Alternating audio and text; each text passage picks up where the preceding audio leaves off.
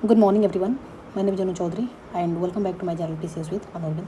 जैसा कि मैंने आपसे बोला था कि जो एंशिएंट हिस्ट्री और बिहार स्पेशल के बारे में मैंने आपको एक इंट्रोडक्शन वीडियो मैंने डाल दिए हैं बिहार स्पेशल, और बिहार स्पेशल्स में बेसिक पॉइंट्स का भी वीडियो मैंने ऑलरेडी अपलोड कर दिए हैं।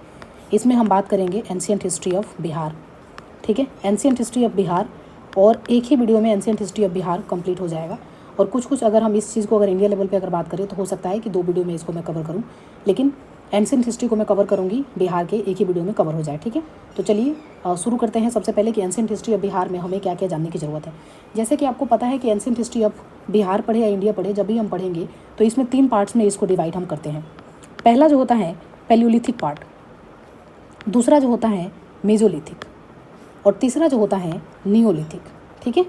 तो ये तो बेसिक चीज़ें हैं, आपको पता होगा, ठीक है। तो पैलियोलिथिक पार्ट की अगर बात करें तो यहाँ पे साउथ बिहार में इसके एविडेंस मिले हैं। पैलियोलिथिक का एविडेंस कहाँ पे मिले हैं? तो साउथ बिहार में एविडेंस इसके मिले हुए हैं, ठीक है। अगर बिहार में साउथ बिहार की अगर बात करें तो पैलियोलिथिक में मुंगेर और कहाँ पे, मुंगेर और गया में इसके जो है एविडेंस मिले हैं। अच्छा, मुंगेर से क्या मिला हुआ है? तो सबसे पहले मुंगेर से आपको याद रखना है कि मुंगेर में आपको क्या मिला है, तो एक्स मिला है, मुंगेर में आपको एक्स मिला है, हैंड एक्स जिसको बोलते हैं। और उसके बाद से आपको गया में देखें तो खुरपी वगैरह टाइप से जो होता है, जो हम यूज़ करते हैं गांव में, उसके लिए, और नाइफ, 2 चीज़ें यहाँ पे देखने को मिला है, ठीक है। तो ये बहुत इंपॉर्टेंट साइट्स हैं, इन 2 साइट्स को आपको याद रखना है। यानी कि अगर पूछा जाए कि पैलियोलिथिक साइट बिहार का कौन कौन से हैं, तो मुंगेर और गया 2 पैलियोलिथिक साइट ऑफ बिहार है, ठीक है। मेजोलिथिक अगर साइट्स की बात करते हैं तो मेजोलिथिक साइट्स में सबसे पहले आपको याद रखना है कि मेजोलिथिक साइट्स में बिहार के कौन कौन से डिस्ट्रिक्ट आते हैं। तो इसमें भी है मुंगेर है आपका, और मुंगेर के बाद से मुंगेर से आपको क्या चीज़ देखने को मिला है, यहाँ पे एक ही साइट है, यहाँ पे शार्प इंस्ट्रूमेंट देखने को मिले हैं। शार्प की मतलब इंस्ट्रूमेंट कहने का मतलब कि बहुत सारा नुकीला जो इंस्ट्रूमेंट होता है वो चीज़ें यहाँ से देखने को मिले हैं। अगर नियोलिथिक की हम बात करें तो नियोलिथिक में आपको याद रखना है कि कौन कौन से 2 साइट्स हैं, जो कि एक चिरांद है और एक आपके चेचर है। चिरांद और चेचर 2 इंपॉर्टेंट साइट्स हैं जो कि बहुत इंपॉर्टेंट है और आपको याद रखना जरूरी है, ठीक है। तो चलिए और नेक्स्ट और इसमें देखते हैं कि और क्या चीज़ें हैं। तो बिहार स्पेशल में जब भी हम डिस्कस कर रहे हैं तो बिहार स्पेशल में आपको मैंने और क्या क्या चीज़ें बता दी है। 3 पार्ट्स में हमने डिवाइड कर दिया। पैलियोलिथिक साइट में मैंने क्या बताया आपको, पैलियोलिथिक साइट में आपको मैंने मुंगेर के बारे में बताया कि मुंगेर एक आपका साइट है और एक गया, 2 साइट आपको याद रखना है। मेजोलिथिक में अगर मैं आपको बताऊं तो मेजोलिथिक में सिर्फ आपको मुंगेर का याद रखना है, और उसके बाद से तीसरा चीज़ें जो है नियोलिथिक में आपको चिरांद और चेचर याद रखना है। इतना तो चीज़ें आपको याद हो ही जाएगा, चेचर, ठीक है। ज़्यादा इन्फॉर्मेशन ओवरलोडेड नहीं करेंगे, जितना आप याद कर सकते हैं उसके अकॉर्डिंग ही कोशिश करेंगे। और याद करना क्या, हमारे ऊपर तो सब कुछ है नहीं, कुछ एक्स्ट्रा भी चीज़ें हमें याद करना पड़ेगा, ठीक है।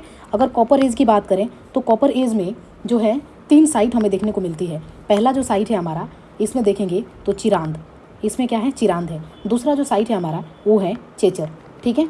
तीसरा जो है गया, ठीक है। चौथा जो साइट है हमारा सोनपुर, ठीक है। और 5वां जो साइट है हमारा राजगीर, 5वां जो साइट है राजगीर, और 6ठा जो हमारा साइट है मनेर, ठीक है। तो ये चीज़ें आपको याद रखना है कि कॉपर एज के कौन कौन से साइट्स हैं, तो चिरांद, चेचर, गया, सोनपुर, राजगीर और मनेर, ठीक है। तो ये साइट्स आपको याद रखने हैं। आई होप आपको ये चीज़ें समझ आ रही है, ठीक है। उसके बाद से बिहार के, चलिए वैदिक एज के बारे में बात करते हैं। तो वैदिक एज की अगर हम बात करते हैं बिहार में, तो फर्स्ट टाइम बिहार में जो है शतपथ ब्राह्मण में, फर्स्ट टाइम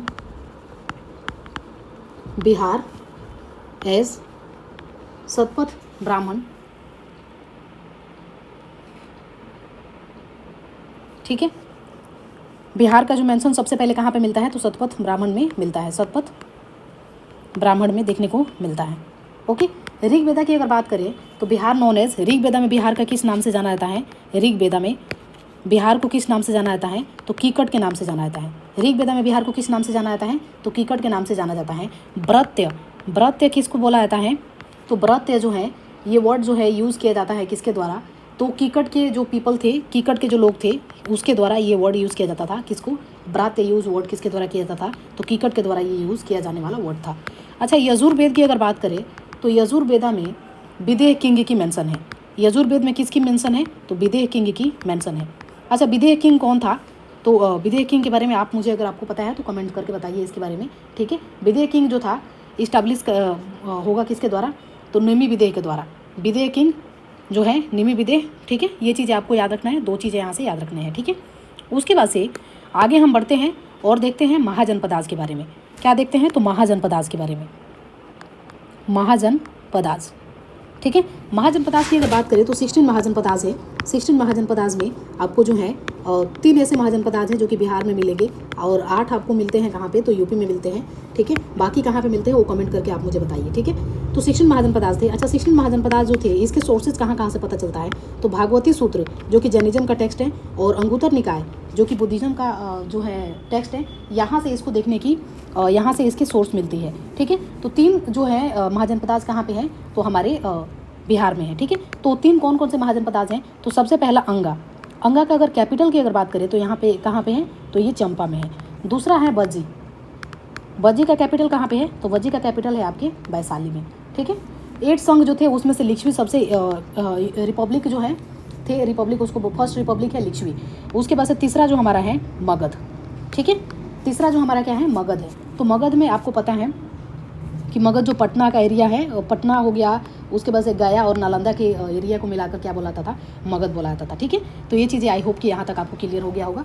ठीक है, उसके बाद से कुछ हम डिस्कस करते हैं मगध के बारे में कि मगध का इस्टेब्लिशमेंट किसके द्वारा किया गया था। तो मगध का इस्टेब्लिशमेंट किसके द्वारा किया गया था, मगध इस्टेब्लिश्ड बाय किसके द्वारा किया गया था, मगध का इस्टेब्लिशमेंट किसके द्वारा किया गया था, तो आपको पता होना चाहिए ये जो है बृहद के द्वारा किया गया था। किसके द्वारा किया गया था, तो बृहद रथ के द्वारा किया गया था। किसके द्वारा किया गया था, बृहद रथ के द्वारा किया गया था। ठीक है, ये चीज़ें आपको पता होगा। उसके बाद से जोग्राफिकल हिस्ट्री इसके क्या थे, तो जोग्राफिकल हिस्ट्री की अगर बात करें तो मगध का जो उत्कर्ष होने का जोग्राफिकल हिस्ट्री बहुत सारा था, जिसमें कि फर्टाइल वहाँ का लैंड था, मिनरल वहाँ पे था, आयरन और वाटर का अवेलेबिलिटी थी वहाँ पे, जिसकी वजह से मगध का उत्कर्ष हुआ। ठीक है, उसके बाद से बात करें कि इंडिविजुअल कॉज क्या था, तो बिंबिसार वहाँ का एक स्ट्रॉन्ग रूलर था जिसमें कि मगध को इस्टेब्लिश करने में और मगध को एक बड़ा साम्राज्य बनाने में हेल्प किया। ठीक है, उसके बाद से बात करते हैं कि फर्स्ट जो है डायनेस्टी कौन था, तो हरेनक डायनेस्टी का तो बिंबिसार था। ठीक है, उसके बाद से शिशुनाग। ठीक है, डायनेस्टी के क्रोनोलॉजिकल ऑर्डर सबसे इंपॉर्टेंट है, क्योंकि बीपीएससी में मैंने देखा था कि वो क्वेश्चंस बार बार पूछे जाते हैं क्रोनोलॉजिकल ऑर्डर में। ठीक है, तो सबसे पहले डायनेस्टी को क्रोनोलॉजिकल ऑर्डर में देख लेते हैं। डायनेस्टी क्रोनोलॉजी देखेंगे तो सबसे पहला जो डायनेस्टी हमारा होगा वो कौन सा डायनेस्टी है, तो सबसे पहला डायनेस्टी हमारा है हरेनक डायनेस्टी। हरेनक डायनेस्टी। दूसरा अगर हम बात करें तो दूसरा हमारा है शिशुनाग डायनेस्टी। शिशुनाग डायनेस्टी। शिशुनाग के बाद से हमारा आ जाएगा नंद डायनेस्टी। नंद डायनेस्टी के बाद से हमारा आएगा मौर्य। मौर्य के बाद से हमारा आएगा गुप्ता और गुप्ता के बाद से हमारा आएगा पाला। ठीक है, जो पाला जो है बिहार और बंगाल में फेमस ज़्यादा देखने को मिलता है। बिहार और बंगाल के एरिया में पाला का आपको रूल देखने को मिलेगा। ठीक है, उसके बाद से अब ये डिफरेंट जो हैं इनके बारे में हम डिस्कस कर लेते हैं। आई थिंक PDF यहाँ पे ख़त्म हो गया, तो इसको मैं इरेज कर सकती हूँ। इरेज में कर देती हूँ, यहीं पे फिर इसको लिखती हूँ। ठीक है, तो ये इंपॉर्टेंट चीज़ आप देखते हैं, जैसे कि जो भी डायनेस्टी के क्रोनोलॉजिकल ऑर्डर में बताई, उस क्रोनोलॉजिकल ऑर्डर को जो है इसमें अब स्टार्ट करते हैं हम किसके साथ में। तो सबसे पहले हरेनक वंश को देखते हैं। हरेनक डायनेस्टी से आपको इंपॉर्टेंट चीज़ें क्या क्या याद रखनी है, तो सबसे पहले आपको बिंबिसार का याद रखना है। बिंबिसार को याद रखना है। बिंबिसार के बाद से अजातशत्रु को याद रखना है। अजातशत्रु और अजातशत्रु के बाद से उदयन। किसको याद रखना है, तो बिंबिसार, अजातशत्रु और उदयन, 3 लोगों को याद रखना है। ठीक है, गुप्ता की अगर बात करें, गुप्ता। ठीक है, यहाँ पे शिशुनाग सबसे पहले देखते हैं। अब नेक्स्ट इंपॉर्टेंट जो चीज़ें हमारे पास हैं वो क्या है, हरेनक डायनेस्टी के बाद हो गया शिशुनाग जो है सेकंड काला अशोक इसमें हो जाएंगे शिशुनाग डायनेस्टी में। अच्छा, यहाँ पे हम क्या देख रहे हैं, सबसे पहले डायनेस्टी देख रहे हैं। डायनेस्टी के क्रोनोलॉजिकल हमने देख लिया। क्रोनोलॉजिकल के बाद से एक एक हम करके उसको देख रहे हैं। और हरेनक डायनेस्टी में सबसे पहले रूलर कौन आएगा, उसके बाद से कौन आया, उसके बाद से कौन आया।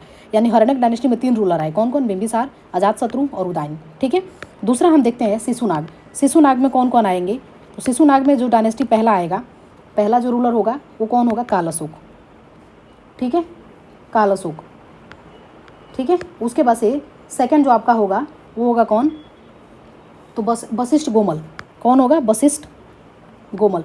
ठीक है, उसके बाद से तीसरा हमारा डायनेस्टी जो था वो नंद था। नंद में कौन कौन से रूलर आएंगे, तो नंद में जो रूलर आएंगे, ठीक है, वो होंगे, लास्ट रूलर इसके कौन है, तो घनानंद। नंद में कौन है, तो लास्ट रूलर कौन है, तो घनानंद। लास्ट रूलर कौन है, घनानंद। और फर्स्ट रूलर कौन है, तो महापद्मनंद। महापद्मनंद। फर्स्ट रूलर कौन है, तो महापद्मनंद है। फर्स्ट रूलर कौन है, तो महापद्मनंद है। ठीक है, चलिए मैं इसको फिर मिटाती हूँ और फिर यहाँ पे राइट डाउन करके आगे आपको बताती हूँ कि आगे क्या क्या चीज़ें हैं। ठीक है, तो चलिए नेक्स्ट देखते हैं हम। नंद हमारा हो गया। उसके बाद से मौर्य एम्पायर के बारे में देखते हैं। मौर्य में कौन कौन से रूलर आए, तो मौर्य में सबसे पहले आपको पता है कि चंद्रगुप्त मौर्य के द्वारा ये एस्टैब्लिश किया जाता है। चंद्रगुप्त मौर्य के द्वारा इस्टाब्लिश किया जाता है मौर्य डायनेस्टी को।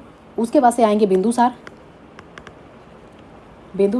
और बिंदुसार के बाद से आएंगे कौन? अशोका।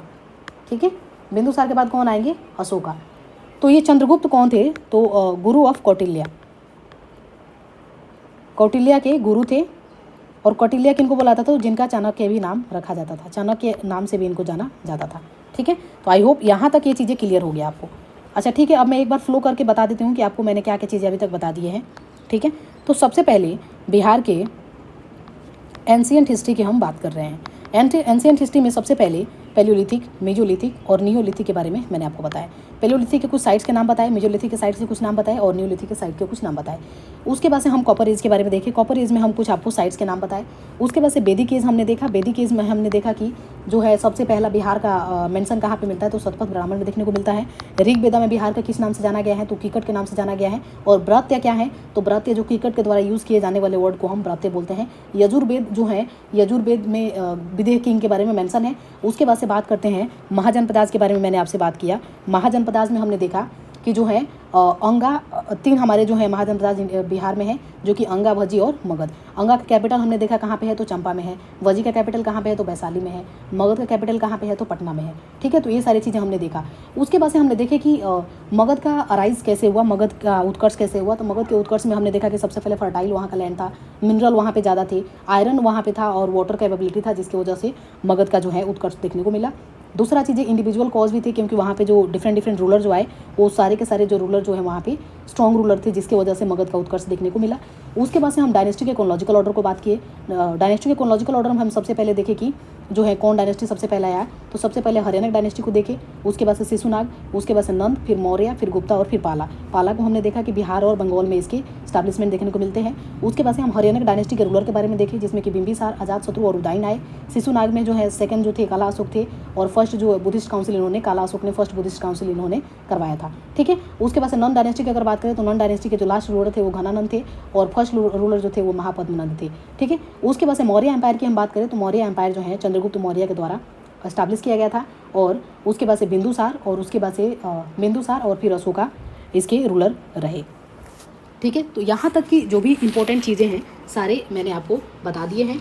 और नेक्स्ट चीज़ें जो है इंपॉर्टेंट और क्या क्या चीज़ें इसमें हो सकते हैं एंशिएंट हिस्ट्री में, मैं इसको आपको नेक्स्ट बताती हूँ। यहाँ तक चीज़ें आपको क्लियर हैं? यहाँ तक क्लियर है आपको चीज़ें सारी? ठीक है, तो यहाँ तक चीज़ें क्लियर हैं। तो एक और हमें जो है इसमें और एक चीज़ें कवर करना है, जो कि हम गुप्ता एम्पायर के बारे में हमें कवर करना है। ठीक है, तो गुप्ता एम्पायर के बारे में हम कुछ इंपॉर्टेंट चीज़ें देख लेते हैं कि गुप्ता एम्पायर के बारे में क्या क्या चीज़ें हैं, उसको देख लेते हैं। ठीक है, गुप्ता एम्पायर गुप्ता एम्पायर के बारे में हमें क्या क्या चीज़ें देखना है। तो ये इस्टाब्लिश किसके द्वारा किया जाता है? तो ये इस्टाब्लिश किया जाता है श्रीगुप्त के द्वारा। किसके द्वारा किया जाता है? तो श्रीगुप्त के द्वारा इस्टाब्लिश किया जाता है। ठीक है, और श्रीगुप्त को जो है घटोत्कच के नाम से भी जाना जाता है। ठीक है, रियल फाउंडर अगर पूछा जाए तो रियल फाउंडर कौन है? चंद्रगुप्ता II है। चंद्रगुप्ता II है। कौन है रियल फाउंडर अगर पूछा जाए गुप्ता एम्पायर का? तो चंद्रगुप्ता फर्स्ट है। ठीक है, उसके बाद से हर्षवर्धन की अगर बात करें तो हर्षवर्धन यहाँ पे आते हैं। हर्षवर्धन के बाद से आपको देखने को मिलेंगे पाला एम्पायर। पाला एम्पायर जो है किसके द्वारा एस्टैब्लिश किया जाता है? तो गोपाला के द्वारा किया जाता है। पाला का एस्टेब्लिशमेंट किसने किया? तो गोपाला ने किया था। ठीक है, उसके बाद से रिलीजियस राइजिंग, आपको पता है कि रिलीजियस राइजिंग जो है 6th सेंचुरी में देखने को मिलता है, जिसमें कि बुद्धिज़्म एंड जैनिज़्म आपको देखने को मिलते हैं। तो बुद्धिज़्म और जैनिज़्म तो हमें जो है एंशिएंट हिस्ट्री के बिहार में भी पढ़ना है और इंडिया में भी पढ़ना है, तो हम इसको इंडिया लेवल पे ही इसको देख लेंगे। तो आई होप कि जितने भी चीज़ें मैंने इन्फॉर्मेशन इसमें आपको दिए हैं वो मोर देन सफिशिएंट है बिहार स्पेशल के एंशिएंट हिस्ट्री के लिए। So if you have any suggestions please comment in the comment box, and if you like the video please subscribe the channel and hit the bell icon. So thank you for watching.